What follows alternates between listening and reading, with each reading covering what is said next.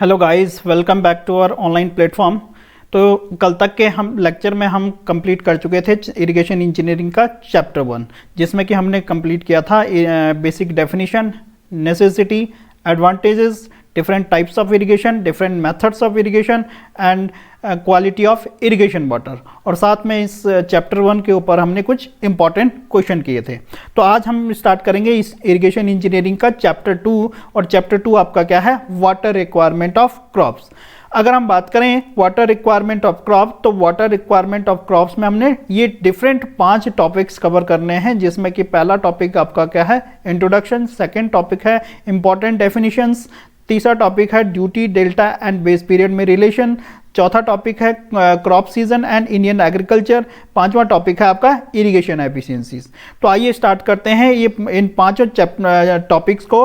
तो पहला टॉपिक है आपका इंट्रोडक्शन। तो अगर हम बात कर रहे हैं वाटर रिक्वायरमेंट ऑफ क्रॉप्स, तो वाटर, किसी क्रॉप्स की वाटर रिक्वायरमेंट कितनी होती है, तो यानी किसी क्रॉप्स को अगर हम बात कर रहे हैं उसके बोने से लेके उसके कटाई तक के पीरियड के बीच जो भी वाटर उसकी फुल ग्रोथ के लिए चाहिए होता है, उस नीड को हम उसके क्या कहते हैं, वाटर रिक्वायरमेंट कहते हैं। तो अगर हम बात करें एक सिंपल सा स्केच में, अगर हम बात करें कि वाटर रिक्वायरमेंट क्या होता है, तो वाटर रिक्वायरमेंट अगर हम बात करें कि ये आपका क्या है, सपोज आपने इस टाइम पे, एक टाइम पे आपने क्या किया, यहाँ पे बीज बोया खेत में, और आपने क्या किया, बीज बोने के बाद आपने क्या किया, यहाँ पे वाटर प्रोवाइड कराना स्टार्ट किया। जब वाटर प्रोवाइड कराने लग जाओगे तो आप क्या होगा कि ये आपका क्या है, क्रॉप यहाँ पे ग्रो करने लग जाएगी। जब क्रॉप ग्रो करने लग जाएगी तो अगेन आप क्या है, सुटेबल इंटरवल पे आपको इसको वाटर देना पड़ेगा। अगेन क्रॉप आपकी क्या है, ग्रो कर जाएगी। तब तक आपने इसको इसकी वाटर रिक्वायरमेंट कंप्लीट करनी है, जब तक ये आपकी किसमें, फुल मेच्योरिटी कंडीशन में ना आ जाए। तो जब ये फुल मेच्योरिटी कंडीशन में आ जाएगा तब हम क्या करेंगे, इसको हार्वेस्ट कर सकते हैं। तो यानी सोइंग से लेके, बीज बोने से लेके कटाई तक हम जो वाटर इसको सप्लाई करते हैं, किसको, क्रॉप को, उसकी फुल मैच्योरिटी में आने के लिए, वो उसकी क्या कहलाती है, वाटर रिक्वायरमेंट कहलाती है। अगर हम वाटर रिक्वायरमेंट की बात करें कि वाटर रिक्वायरमेंट किसी क्रॉप्स की या आपके क्या है, किसी क्रॉप्स की किस पे डिपेंड करती है, तो ये वाटर रिक्वायरमेंट्स आपके किस पे, ये आपका सबसे पहले ये डिपेंड करेगा आपका क्लाइमेटिक टेम्परेचर पे, या क्लाइमेटिक टेम्परेचर पे, या आपका क्या है, जियोग्राफिकल कंडीशन पे डिपेंड करेगा। अगर आपका एरिड रीजन है तो उसमें वाटर रिक्वायरमेंट कुछ और होगी, अगर आपका सेमी एरिड रीजन है तो उसमें वाटर रिक्वायरमेंट किसी भी क्रॉप की कुछ अलग होगी। अगर हम बात करें सेम क्रॉप्स की वाटर रिक्वायरमेंट क्या सेम ही रहेगी डिफरेंट रीजन्स में, और क्या, या वो आपकी क्या है, डिफरेंट रहेगी डिफरेंट रीजन में। अगर हम बात करें, अगर हम इसमें एग्जांपल लें राइस का, तो राइस की जो वाटर रिक्वायरमेंट कहाँ पे होगी, ये जो अगर हम दो जियोग्राफिकल एरियाज लें, जियोग्राफिकल एरियाज में हम ले सकते हैं, एक हम ले रहे हैं देहरादून और दूसरा हम लेते हैं राजस्थान। तो राजस्थान और देहरादून में जो राइस की जो आपकी वाटर रिक्वायरमेंट होगी, क्या ये सेम होगी? नहीं। क्यों? क्योंकि वहाँ का क्लाइमेटिक कंडीशन आपकी कुछ और है, और यहाँ पे देहरादून में कुछ क्लाइमेटिक कंडीशंस आपकी कुछ और है। तो यानी जो वाटर रिक्वायरमेंट होगी राइस की, वो आपकी क्या है, देहरादून के कंपैरिजन में राजस्थान में राइस की वाटर रिक्वायरमेंट आपकी कुछ अधिक होगी, क्योंकि वहाँ पे आपका क्या है, वो ह्यूमिड रीजन है। तो ह्यूमिड रीजन में आपकी क्या है, वाटर रिक्वायरमेंट्स बढ़ जाती है, क्योंकि वहाँ पे वाटर लॉसेस भी आपके क्या हो जाते हैं, इंक्रीज कर जाते हैं। तो इसलिए वाटर रिक्वायरमेंट आपकी क्या होगी, वाटर रिक्वायरमेंट आपकी क्या हो जाएगी, राजस्थान में इंक्रीज करेगी। दूसरा फैक्टर है वाटर रिक्वायरमेंट किस पे डिपेंड करेगा, तो वाटर रिक्वायरमेंट आपका डिपेंड करेगा सॉइल की प्रॉपर्टीज पे, कि सॉइल का जो क्या है, सॉइल का वॉइड रेशियो कितना है, सॉइल की पोरोसिटी कितनी है, इन फैक्टर्स पे भी डिपेंड करेगा आपका क्या है, water requirement of the crops. अगर हम नेक्स्ट बात करें अगर हम बात करें तो वो every crops required certain quantity of water after a certain fixed interval through out it's period of growth. यानी इसका मतलब है कि यहाँ पे फुल मेच्योरिटी कंडीशन में क्रॉप आ जाएगी, तो यहाँ तक पहुँचने के लिए डिफरेंट पीरियड्स पे आपको क्या है, डिफरेंट पीरियड्स पे कुछ फिक्स अमाउंट ऑफ वाटर की क्या है जरूरत होगी। तो इस रिक्वायरमेंट को हम क्या बोलते हैं, इसकी वाटर रिक्वायरमेंट कहते हैं। अगर हम बात करें इंडिया की, तो इंडिया क्या है, इंडिया आपका किस में आता है, ट्रॉपिकल रीजन में आता है। जब ट्रॉपिकल रीजन का मतलब है कि यहाँ पे आपका क्या है, रेनफॉल सफिशिएंट नहीं है, किसके लिए, रेनफॉल आपका सफिशिएंट नहीं है, किसके लिए, इरिगेशन के लिए। तो यहाँ पे इरिगेशन सिस्टम को डेवलप करना पड़ता है। इसलिए हमने देखा था पहले चैप्टर में कि क्यों नेसेसिटी है इंडिया में इरिगेशन सिस्टम की, क्योंकि यहाँ पे क्या है, हमारी क्लाइमेटिक कंडीशंस इस तरह की है कि यहाँ पे जो रेनफॉल पैटर्न है वो आपका डिफरेंट ज्योग्राफिकल एरियाज में डिफरेंट पैटर्न्स हैं। इसलिए हमको क्या जरूरत होती है, इरिगेशन सिस्टम की जरूरत होती है। अगर हम डिफरेंट एरिया को, अगर हम रीजन्स को देखें तो रीजन्स को हम यहां पे दो कैटेगरी में डिवाइड कर सकते हैं। एक आपका एरिड रीजन, दूसरा कह सकते हैं semi arid region. Arid region का मतलब है कि वो रीजन जिसमें कौन सी क्रॉप, दो टाइप की क्रॉप्स होती है आपकी, एक इंफीरियर क्रॉप्स होगी, एक सुपीरियर क्रॉप्स होगी। इंफीरियर क्रॉप्स का मतलब है कि वो क्रॉप्स, वो अनवांटेड क्रॉप्स जो हम नहीं उगाना नहीं चाहते, तो वो क्रॉप्स आपकी क्या कहलाती है, इंफीरियर। इंफीरियर का मतलब है कि जो आपके आसपास घास फूस उग जाती है, तो वो उन क्रॉप्स को हम कह सकते हैं इंफीरियर क्रॉप्स। सुपीरियर क्रॉप्स क्या है कि जिनकी हमको आवश्यकता होती है वो क्रॉप्स आपकी क्या कहलाएगी, सुपीरियर क्रॉप्स। तो एरिड रीजन में आपका क्या है, इंफीरियर क्रॉप्स और सुपीरियर क्रॉप्स दोनों के लिए ही आपकी क्या है, इरिगेशन सिस्टम रिक्वायरमेंट है। यानी इसका मतलब है कि इंफीरियर क्रॉप्स भी के लिए भी वहां पे इरिगेशन सिस्टम यानी सिंचाई की जरूरत होती है। तो उस रीजन को हम क्या बोलते हैं, एरिड रीजन। अगर हम बात करेंगे कि second semi arid region, semi arid region का मतलब है कि वो रीजन जिसमें आपकी क्या है, इंफीरियर क्रॉप्स खुद ब खुद उग जाती है। यानी खुद ब खुद उगने का मतलब है सिर्फ और सिर्फ उसकी जो रिक्वायरमेंट्स है वो आपकी क्या है, रेनफॉल से सेटिस्फाइड हो जाती है। और आपकी जो सुपीरियर क्रॉप्स है सिर्फ और सिर्फ उसी के लिए हमको क्या चाहिए, इरिगेशन सिस्टम चाहिए। तो वो रीजन आपका क्या कहलाता है, सेमी एरिड रीजन। तो अगर हम बात करें कि the term water requirement of crops means the total quantity and way in which crop requires water from the time it is sown to the time it is harvested. तो water requirement को कैसे define किया गया है, तो water requirement को define किया गया है कि सोइंग से लेके आपका क्या है, सोइंग से लेके आपका हार्वेस्टिंग तक कितना टोटल डेप्थ ऑफ वाटर इसको चाहिए। तो वो किस क्रॉप को उसकी मेच्योरिटी कंडीशन में आने के लिए, तो वो उसकी क्या कहलाती है, वाटर रिक्वायरमेंट कहलाती है। नेक्स्ट अगर हम देखें कि वाटर रिक्वायरमेंट आपकी क्या करेगी, प्लेस टू प्लेस पे वेरी करेगी। प्लेस टू प्लेस पे वेरी क्यों करेगी, क्योंकि प्लेस टू प्लेस पे क्लाइमेटिक कंडीशन एंड फील्ड की जो सॉइल की कंडीशंस हैं, प्रॉपर्टीज आपकी वो वेरी करेगी। तो जब ये दोनों फैक्टर आपके वेरी करेंगे तो इस तरीके से आपका क्या हो सकता है, वाटर रिक्वायरमेंट सेम क्रॉप की डिफरेंट हो सकती है डिफरेंट रीजन में, और डिफरेंट क्रॉप्स की क्या हो सकती है, सेम हो सकती है सेम रीजन में। तो नेक्स्ट हम बात करेंगे कुछ सर्टेन इंपॉर्टेंट डेफिनेशंस की, जो इंपॉर्टेंट डेफिनेशंस आपकी एग्जाम में डायरेक्टली पूछी जाती हैं। तो यहाँ पे कुछ कंफ्यूजन्स होते हैं आपके के, जैसे हम कह सकते हैं कि आपका बेस पीरियड है, क्रॉप पीरियड है, क्रॉप रोटेशन है, या कोर पीरियड है, प्लियो इरिगेशन है। तो इनमें कुछ कंफ्यूजन क्रिएट होता है और स्टूडेंट्स इसमें क्या है, गलती कर जाते हैं एग्जाम्स में।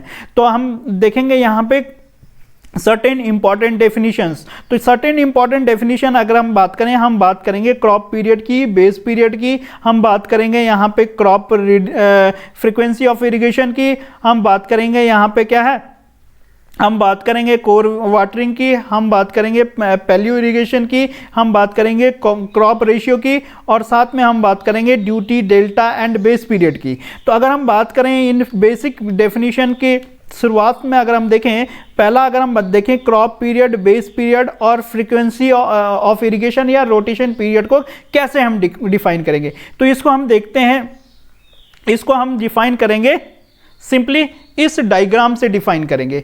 अगर हम बात करेंगे बेस पीरियड की, तो बेस पीरियड का मतलब है, अगर हम बात कर रहे हैं पीरियड्स की, तो इन सब पीरियड्स का जो हम इनको मेजर करेंगे वो किस में मेजर करते हैं, डेज में मेजर करते हैं। तो अगर हम बात कर रहे हैं किसकी, अगर हम बात कर रहे हैं क्रॉप पीरियड की, तो क्रॉप पीरियड का मतलब है कि ये देखो, ये मैंने क्या बताया कि यहाँ पे आपने क्या किया, एक बीज बोया, अपने किसी फील्ड में बीज बोया और बीज बोने से लेके आपने यहाँ पे ये क्या क्या किया, यहाँ पे इसकी कटाई की। तो इस पीरियड, इस टाइम को हम क्या बोलेंगे, सोइंग। और ये आपका जब हम कटाई करेंगे तो उसको हम क्या बोलेंगे, हार्वेस्टिंग। तो सोइंग से लेके हार्वेस्टिंग के बीच जो आप वाटर आप अप्लाई करते हैं, तो जो वाटर आप अप्लाई करेंगे, तो उस वाटर अप्लाई करेंगे वो आपका क्या कहलाएगा, क्रॉप पीरियड कहलाएगा। अगर हम बात करेंगे बेस पीरियड, तो बेस पीरियड आपका क्या होता है कि जो हम फर्स्ट वाटरिंग, यानी सोइंग से पहले जो हम फर्स्ट वाटरिंग एंड हार्वेस्टिंग से पहले जो हमारे क्या है लास्ट वाटरिंग, तो फर्स्ट वाटरिंग से लास्ट वाटरिंग के बीच के पीरियड को जो हम क्या कहते हैं, बेस पीरियड कहते हैं। अगर हम बात करेंगे रोटेशन पीरियड या फ्रीक्वेंसी ऑफ इरिगेशन की बात करेंगे, तो फ्रीक्वेंसी ऑफ इरिगेशन का मतलब है कि अगर सपोज ये आपका फर्स्ट वाटरिंग है, ये सेकंड वाटरिंग है, थर्ड वाटरिंग है, फोर्थ वाटरिंग है, इसी तरीके से आपने कंजुगेटिव वाटरिंग देते गए, फिफ्थ, सिक्स्थ एंड ये आपका क्या है, लास्ट वाटरिंग। तो फ्रीक्वेंसी ऑफ इरिगेशन या रोटेशन पीरियड का मतलब है कि दो कंजिक्यूटिव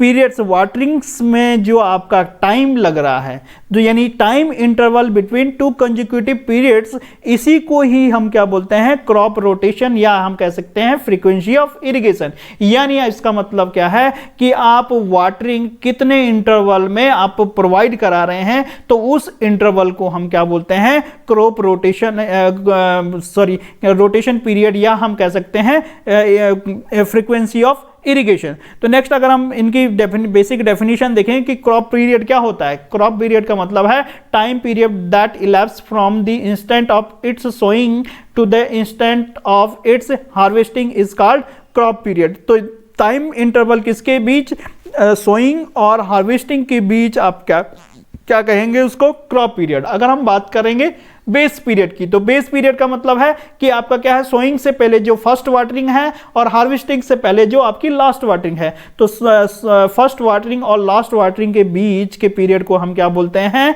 वो हम क्या बोलते हैं, बेस पीरियड।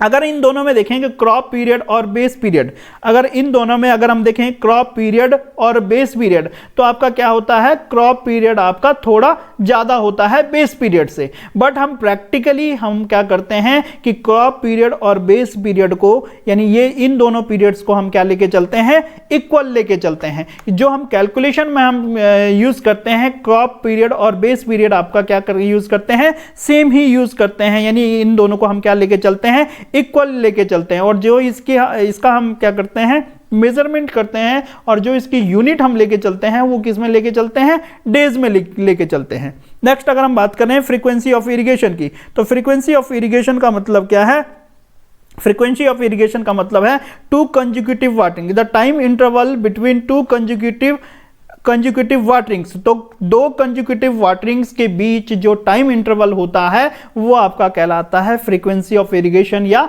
Rotation period. अगर हम बात करेंगे रोटेशन पीरियड, तो कौन से एरिया में हमको क्या है, रोटेशन ऑफ पीरियड आपका कम होगा। रोटेशन ऑफ पीरियड का मतलब है कि रोटेशन पीरियड आपका क्या होगा, रोटेशन पीरियड मैक्सिमम होगा। तो रोटेशन पीरियड उस एरिया में मैक्सिमम होगा जहां पे आपका क्या होगा, टेम्परेचर आपका क्या होगा, मिनिमम होगा। तो टेम्परेचर मिनिमम, यानी इस यहां पे अगर रोटेशन पीरियड की बात करें तो rotation period is inversely proportional to climatic temperature, यानी जितना ज्यादा टेम्परेचर बढ़ेगा उतना ही कम आपकी क्या हो जाएगी, फ्रीक्वेंसी ऑफ रोटेशन हो जाएगी। और जितना कम आपका क्या है टेम्परेचर होगा उतना ही ज्यादा आपका रोटेशन पीरियड होगा। यानी अगर यहां पे अगर हम देखें, अगर यहाँ पे देखें कि अगर क्लाइमेटिक कंडीशन आपका टेम्परेचर ज़्यादा है, तो टेम्परेचर ज़्यादा है का मतलब है कि हमारे पास फ्रीक्वेंसी जो टेम्परेचर ज़्यादा होने के कारण हमको क्या है कि जो यहाँ इनके बीच का जो टाइम पीरियड है वो क्या हो जाएगा, हमको फ्रीक्वेंटली वाटर प्रोवाइड कराना पड़ेगा किसकी नीड के लिए, क्रॉप की नीड के लिए। तो यानी ये यहाँ पे क्या हो जाएगा, ये जो पीरियड हो जाएगा यानी इसको बोलेंगे रोटेशन पीरियड आपका क्या हो जाएगा, कम हो जाएगा। तो अगर हम बात करेंगे टेम्परेचर आपका क्या है, कम है, तो टेम्परेचर कम होने का मतलब है कि जो फर्स्ट वाटरिंग यानी सेकंड और थर्ड वाटरिंग या दो कंजिक्यूटिव वाटरिंग के बीच क्या हो जाएगा, टाइम इंटरवल आपका इंक्रीज कर जाएगा। तो इंपॉर्टेंट पॉइंट है यहां से आपका ये कि जो रोटेशन पीरियड है वो आपका क्या है, rotation period is inversely proportional to the climatic temperature. Next अगर हम बात करें कोर वाटरिंग की, तो कोर वाटरिंग क्या होता है, कोर वाटरिंग आपका क्या होता है कि सोइंग के बाद हम पहली वाटरिंग प्रोवाइड कराते हैं, यानी बीज बोने के बाद जो हम पहली वाटरिंग प्रोवाइड कराते हैं उसको हम क्या बोलते हैं, कोर पीरियड बोलते हैं। और अगर हम बात करेंगे यानी सोइंग के बाद फर्स्ट वाटरिंग के बीच के जो इंटरवल को हम क्या बोलेंगे, कोर पीरियड कहेंगे। और जो कोर पीरियड में हम क्या है, डेप्थ प्रोवाइड कराएंगे उसको हम क्या बोलते हैं, कोर डेप्थ कहेंगे। अगर हम बात करेंगे वाटरिंग की, तो वाटरिंग में जो डेप्थ आपकी मैक्सिमम होगी वो सिर्फ और सिर्फ आपकी क्या है, कोर पीरियड में आपकी एज कंपेयर टू अदर वाटरिंग्स आपकी क्या होगी, मैक्सिमम होगी। तो यहां पे अगर हम देखेंगे कोर वाटरिंग को अगर हम देखेंगे, first watering which is given to a crop when crop is a few centimetre high is called crop kor watering, यानी सोइंग के बाद जो पहला पानी दिया जाता है किसको, फील्ड को या क्रॉप को, उसको हम क्या बोलते हैं, कोर वाटरिंग कहते हैं। अगर हम बात करेंगे इसकी डेप्थ, तो इसकी डेप्थ आपकी अदर वाटरिंग से क्या होती है, मैक्सिमम होती है। तो अगर हम कुछ एग्जांपल देखें तो राइस की जो कोर वाटरिंग है वो कितना लेके चलते हैं हम, 19 सेंटीमीटर। वीट की जो कोर वाटरिंग है वो कितनी लेके चलते हैं, वीट की जो कोर वाटरिंग है वो कितना लेके चलते हैं, 13.5 सेंटीमीटर। एंड शुगर केन की जो कोर वाटरिंग है वो आपकी कितनी होती है, 16.5 सेंटीमीटर। तो ये इंपॉर्टेंट है, अगेन आपके एग्जाम में पूछा जाता है। नेक्स्ट अगर हम बात करें, नेक्स्ट है आपका प्लेयो इरिगेशन। प्लेयो इरिगेशन होता क्या है, तो प्लेयो इरिगेशन का मतलब होता है कि अगर प्लेयो इरिगेशन की बात करें तो प्लेयो इरिगेशन क्या होता है कि प्लेयो इरिगेशन होता है कि सोइंग से पहले हम क्या करते हैं, अपने फील्ड को कल्टीवेशन के लिए या इरिगेशन के लिए तैयार करने के लिए उसको क्या करते हैं, कुछ उसको हम क्या करते हैं, उसका मॉइस्चर लेवल, किसका, सॉइल का मॉइस्चर लेवल बढ़ाने के लिए उसमें हम क्या करते हैं, पहले हम पानी लगा देते हैं। उस पानी लगाने को हम उसका क्या बोलते हैं, पैलियो इरिगेशन। तो पैलियो इरिगेशन का मतलब है कि एग्रीकल्चर यानी लैंड को एग्रीकल्चर के लिए फिट बनाने के लिए जो हम वाटर देते हैं उस वाटर को ही हम क्या बोलते हैं, पैलियो इरिगेशन कहते हैं। अगर यहाँ पे डेफिनेशन में देखें तो डेफिनेशन क्या कहती है, in the initial stages before the crop is sown the soil is moistured with water so as to help in sowing of crop is known as paleo irrigation. तो पैलियो इरिगेशन का मतलब है कि irrigation land को irrigation के लिए fit करने के लिए जो सोइंग से पहले हम पानी प्रोवाइड कराते हैं उसको क्या बोलते हैं, पैलियो इरिगेशन। नेक्स्ट अगर हम बात करेंगे क्रॉप रोटेशन की, क्रॉप रेशियो की। क्रॉप रेशियो का मतलब क्या होता है कि ये क्रॉप रेशियो आपका क्रॉप रेशियो का मतलब है कि कितना एरिया आप रबी सीजन में इरिगेट कर रहे हैं और कितना एरिया आप खरीफ सीजन में इरिगेट कर पा रहे हैं। तो अगर हम बात करेंगे खरीफ सीजन का रबी सीजन के मुकाबले एरिया का अगर हम रेशियो निकालते हैं तो उस रेशियो को हम क्या बोलते हैं, क्रॉप रेशियो बोलते हैं। The ratio of proposed areas to be irrigated in kharif season to that of rabi season. तो यानी क्रॉप रेशियो क्या है आपका, खरीफ सीजन में जो आपका एरिया है डिवाइड बाय आपका रबी सीजन में जो आप प्रपोज्ड एरिया इरिगेट कर पा रहे हैं, तो उसका जो रेशियो निकालेंगे वो रेशियो आपका क्या कहलाता है, क्रॉप रेशियो कहलाता है। अगर हम क्रॉप रेशियो की बात करें, यहां पे इंपॉर्टेंट पॉइंट की बात करें, तो क्रॉप रेशियो आपका क्या होता है, 1:2। 1:2 का मतलब क्या है कि खरीफ एरिया, जो खरीफ का एरिया है वो क्या होता है, वो हाफ होता है एज कंपेयर टू आपका रबी एरिया से। तो जनरली हम क्या लेके चलते हैं, क्रॉप रेशियो को 1:2 लेके चलते हैं। नेक्स्ट अगर हम बात करें तो नेक्स्ट बात आपकी डेल्टा की। डेल्टा का मतलब है, डेल्टा का मतलब क्या होता है, डेल्टा का मतलब है कि अगर आप क्या कर रहे हैं, क्रॉप उगाने से लेके उसकी हार्वेस्टिंग तक जो टोटल डेप्थ ऑफ वाटर, यहां पे टोटल डेप्थ ऑफ वाटर क्या करेंगे, total depth of water provide कराएंगे, वो टोटल डेप्थ ऑफ वाटर क्या कहलाएगी, डेल्टा कहलाएगी। तो अगर हम देखें, it is the total depth of water required during its base period for full growth of period, for full growth of crop। यानी आपका क्या है, बेस पीरियड में टोटल डेप्थ जो हम प्रोवाइड करा रहे हैं किसी क्रॉप की ग्रोथ के लिए, वो उसका क्या कहलाता है, डेल्टा कहलाता है। नेक्स्ट अगर हम बात करें ड्यूटी की, ड्यूटी क्या होती है, ड्यूटी क्या होती है, अगर ड्यूटी को डिफाइन करेंगे तो ड्यूटी आपका क्या है, सिंपली अगर हम ड्यूटी की बात करें तो ड्यूटी को हम डिफाइन कर सकते हैं, ड्यूटी को डिफाइन कर सकते हैं area upon discharge, area upon discharge. अब यहां से हम इसको डिफाइन करेंगे एरिया अपॉन डिस्चार्ज, ए अपॉन क्यू। अगर यहां से इसको देखो, इसकी ड्यूटी की डेफिनेशन में स्टूडेंट कंफ्यूज हो जाते हैं। क्यों कंफ्यूज हो जाते हैं, क्योंकि वो क्या करते हैं, पूरी डेफिनेशन को रट लेते हैं, उसके पीछे कुछ कॉन्सेप्ट समझते नहीं हैं। अगर हम इसको डिफाइन करेंगे, अगर हम इनिशियली देखें तो ड्यूटी की जो हमारे पास क्या होती है, यूनिट होती है, वो होती है हेक्टेयर पर क्यूबिक। तो हेक्टेयर पर क्यूबिक का मतलब है एरिया अपॉन डिस्चार्ज। अगर ड्यूटी को यहां से डिफाइन किया गया, डिफाइन किया जाए अगर हम ड्यूटी को डिफाइन करें तो ड्यूटी क्या होती है, किसी फील्ड में, यानी अगर ये सपोज आपका एक फील्ड है और इस फील्ड में अगर हम पूरे बेस पीरियड बी के लिए, पूरे बेस पीरियड बी के लिए हम जो डिस्चार्ज की वैल्यू है वो कितना रखें, 1 मीटर क्यूब पर सेकेंड रखें, 1 मीटर क्यूब पर सेकेंड रखें, 1 मीटर क्यूब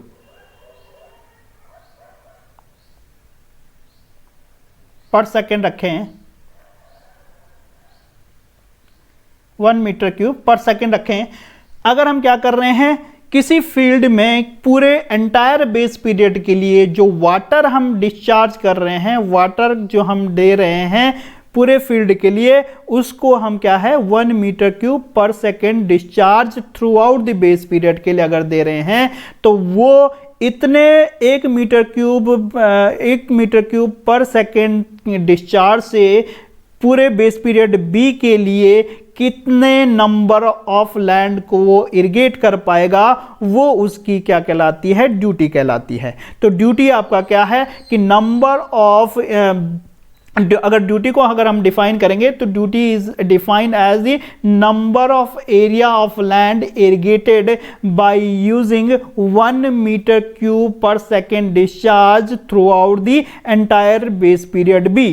तो अगर किसी बेस पीरियड बी में, यानी सपोज बेस पीरियड किसी इसका क्या है, 50 डेज है, और 50 डेज के लिए अगर हम क्या करते हैं, इस 50 डेज में 50 डेज के लिए हम क्या करते हैं, थ्रू आउट 50 डेज दिन और रात हम क्या करते हैं, 1 मीटर क्यूब पर सेकेंड इसमें क्या करते हैं, इस फील्ड में डिस्चार्ज लगा देते हैं। तो कितने फील्ड को, कितने नंबर ऑफ एरिया को ये क्या करेगा, नंबर ऑफ हेक्टेयर एरिया को ये क्या करेगा, इरिगेट कर पाएगा एक सर्टेन डेप्थ के साथ, वो उसकी क्या कहलाती है, वो उसकी ड्यूटी कहलाती है। तो यहां से अगर हम ड्यूटी को डिफाइन करेंगे, duty of water is defined as the number of hectares land irrigated for full growth of a given crop by supply of 1 meter cube per second of water continuously during the entire base period. तो सबसे important है कि पूरे base period में हम कितना discharge दे रहे हैं,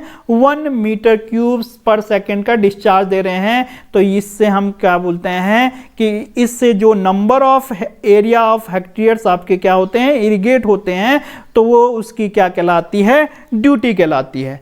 नेक्स्ट अगर हम बात करें कि रिलेशन क्या होती है, relation between duty, delta and base period. Base period आपका को डिनोट करते हैं बी से, ड्यूटी को डिनोट करते हैं कैपिटल डी से, एंड डेल्टा को डिनोट करते हैं ट्रायंगल से। तो अगर हम बात करेंगे कि रिलेशन बिटवीन, इनके बीच रिलेशन कैसे फाइंड करेंगे, तो रिलेशन कैसे फाइंड करेंगे, हमको पता है कि आपके पास क्या है, पूरे बेस पीरियड बी के लिए आपके पास क्या है, 1 क्यूमेक डिस्चार्ज है। तो 1 क्यूमेक डिस्चार्ज है, तो वहां से आप क्या निकाल सकते हैं, डिस्चार्ज निकाल सकते हैं। तो वॉल्यूम निकाल सकते हैं कि कितना वॉल्यूम ऑफ वाटर आप क्या कर पा रहे हैं, दे पा रहे हैं। तो वॉल्यूम कैसे निकालेंगे, डिस्चार्ज इनटू टाइम। तो डिस्चार्ज आपका क्या है, 1 मीटर क्यूब पर सेकेंड, और टाइम आपका क्या है, बी डेज। तो यहाँ पे ये डिस्चार्ज आपका क्या है, मीटर क्यूब पर सेकेंड में है, और बी आपका डेज है। तो डेज को हमने सेकेंड में कन्वर्ट किया। तो सेकेंड में कन्वर्ट करने के लिए हमने 60 इंटू 24 से मल्टीप्लाई किया। तो यहां से आपका वॉल्यूम निकल आया कितना, 86,400 आपका इंटू बी आप मीटर क्यूब में आपका क्या निकल गया, यहां से वॉल्यूम निकल गया। अगर नेक्स्ट अगर हम बात करें कि जो यहां से अगर हम देखें, तो यहां से अगर हम देखें कि आपका क्या है, डेप्थ ऑफ वाटर रिक्वायरमेंट कितनी होगी। अगर हम बात करेंगे डेप्थ ऑफ वाटर रिक्वायरमेंट, जिसको हम बोलेंगे डेल्टा। डेल्टा क्या होता है, डेल्टा आपका क्या होगा, अगर हम वॉल्यूम में एरिया को क्या कर दें, डिवाइड कर दें। तो वॉल्यूम में एरिया को अगर हम डिवाइड कर दें, तो वहां से आपकी क्या निकल जाएगी, डेप्थ निकल जाएगी। तो यहां पे जब वॉल्यूम में एरिया को डिवाइड कर रहे हैं, तो यहां पे देखें तो एरिया जो यहां से आएगा हमारा, तो एरिया अगर हमारे पास ड्यूटी की अगर डेफिनेशन है, ड्यूटी आपका क्या होता है, area upon discharge. Area upon discharge, और डिस्चार्ज आपका कितना होता है, एरिया अपॉन डिस्चार्ज, और डिस्चार्ज होता है आपका, ये आपका होता है 1 क्यूमेक्स। तो 1 क्यूमेक्स अगर हम यहाँ पे डिस्चार्ज को रखें, तो 1 क्यूमेक्स रखेंगे, तो एरिया आपका ड्यूटी किसके बराबर हो जाएगा, ए के बराबर हो जाएगा। तो ए किसके बराबर हो जाएगा, ड्यूटी।